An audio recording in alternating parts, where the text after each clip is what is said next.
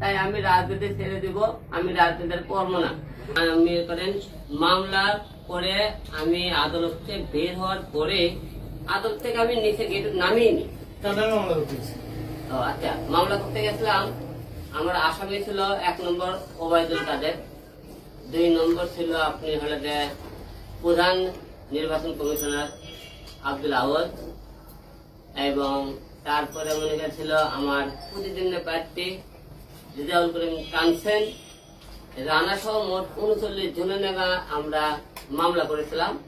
আওয়ামী লীগের লোকজন যারা আমাকে মারধর করেছিল, সেই মামলা করে কেবলই কোর্ট থেকে বের হয়েছে গেটে। এর মধ্যে 8-10 জন ছেলে পেলে ডাইরেক্ট আছে আমাকে মানে কলার ধরে ডাইরেক্ট হিট করলো। আপনি দেখছেন আমার মারামারি ফুটেজটা সারা বাংলাদেশের লোক আপনি দেখছেন কি হারে আমাকে মারধর করেছিল আর কি, যে ফুটবলের লাগান ছটাইছে আমার, যে আপনারা দেখছেন। এবং কি হারে আপনি যে লোকগুলো মারধর করছে তাদের এক একটা শরীরে ওয়েট দেখছেন, যে ওয়েট গুলো আমার মতো লোক শরীরে এখন বেঁচে আছে সেটা আল্লাহ পাক কেন যে আমাকে বাঁচে রাখছে এখন বলতে আমি জানি না, শুধু মার খাওয়ার জন্য বাঁচে রাখছেন আমি তাও জানি না। যাই হোক, সেখান থেকে ওখান থেকে লোকজন করছে তুই তারেক দিয়ে গালিগালাজ কেন করছিস। আমি তাদেরকে বললাম যে আমি তারেক দিয়ে গালিগালাজ করছি, এবং আপনারা যারা মিডিয়াতে আছেন অনলাইন তারা আসেন ফলো করবেন। আমি তারেক দিয়ে কোন গালিগালাজ করে থাকি ভিডিও ক্লিপ তো দেখাতে পারি না, অথবা বিএনপির কোন নেতা আমি গালিগালাজ করেছি। আমি অন্যায়ের মধ্যে যদি একটা অন্যায় করে থাকি সেটা রুহুল কবিরের বিরুদ্ধে একটা মামলা করেছিলাম। সেই মামলাটা আমি বলেছিলাম যে আমাকে ডিবি হারুন ট্যাপে ফেলে মামলাটা করাইছিল, এরকম মামলাটা করেছিলাম, আমি কিন্তু সেটা বলছি। এছাড়া বিএনপির কোন একটা নেতা আমি অসম্মান করে কথা বলছি, আপনারা আমাকে ভিডিও ফুটেজে দেখাবেন।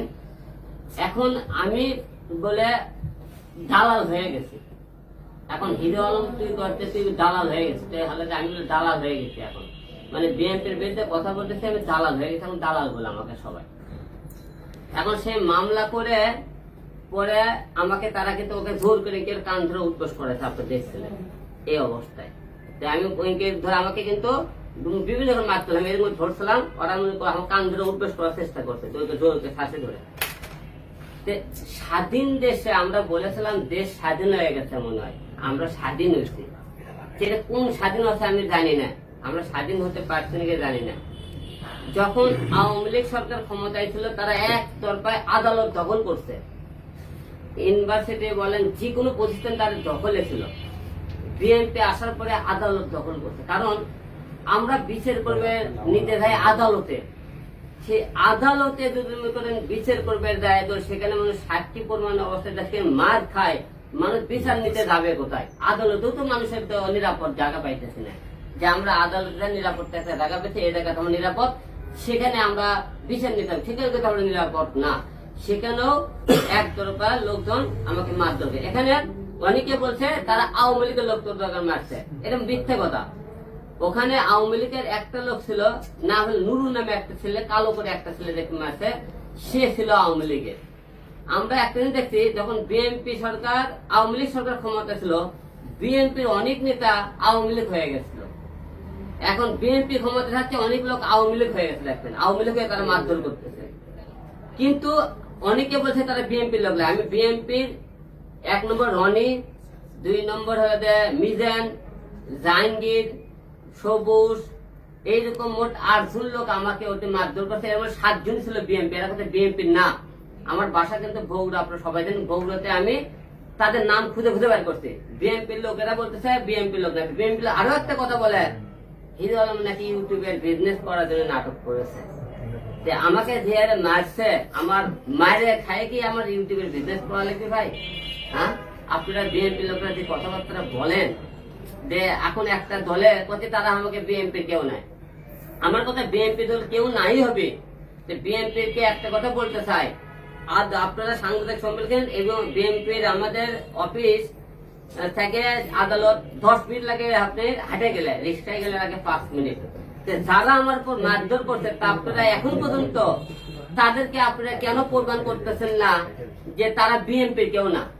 যদি বিএনপির কেউ নাই হবে আপনি প্রমাণ করে দেখালেন না কেন? আপনারা বলেন যে হিরো আলম মিথ্যে বলছে, বিএনপির হিরো আলম আওয়ামী লীগের দালালি করতেছে, আপনাকে সম্মান দালালি করতেছে, আপনারা প্রমাণ করেন না কেন? কিন্তু তারা কিন্তু প্রমাণ করতে এখনো পারেনি যে তারা বিএনপির লোক কি না।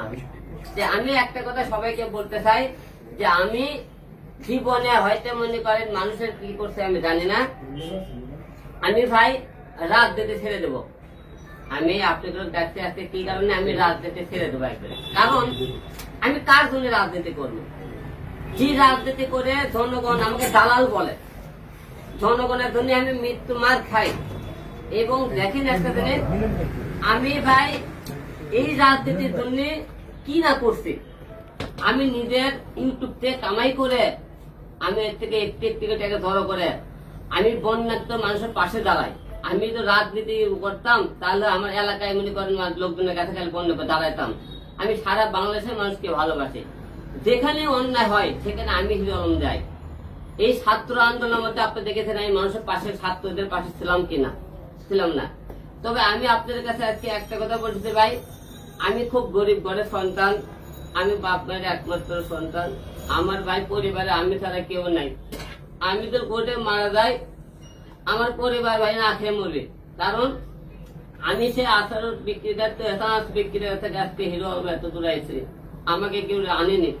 আমি রাজনীতি ভালোবাসি না, রাজনীতি করি না, আমি কিন্তু কোন দলের হয়ে কাজ করি না, আমি সততার ভাষায় মানুষের পাশে দাঁড়াতে।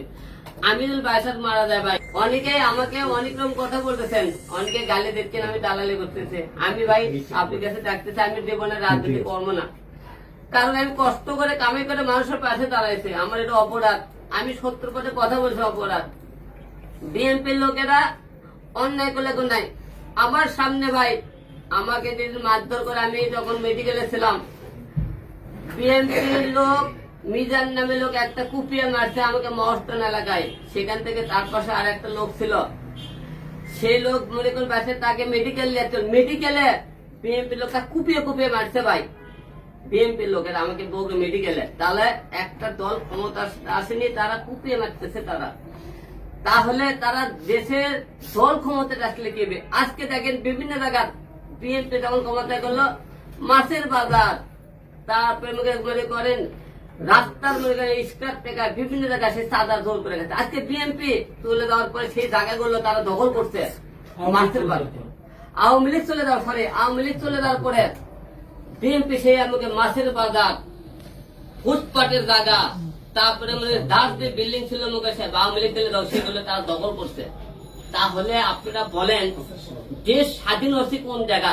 তাহলে আমি যে বলছিলাম এক শহীদের কাছে আরেক শহীদের আসতেছে আমাদের দেশে, আপনি জায়গাটা খুলে গত 5 তারিখে হওয়ার পরে, আন্দোলন হওয়ার পরে থেকে সারা বাংলাদেশের লুটপাট যে ছিনতাই সব বিএনপির লোক করতেছে। আপনি দেখেন অনেক জায়গা আওয়ামী লীগের লোক বিএনপি হয়ে গেছে, যোগ দিচ্ছে। আমি দেখি অনেক জায়গা বিএনপির সাথে আওয়ামী লীগের যোগ দিয়ে গেছে তাদের পিঠ বাঁচানোর জন্য, তাদেরকে বাঁচানোর জন্য।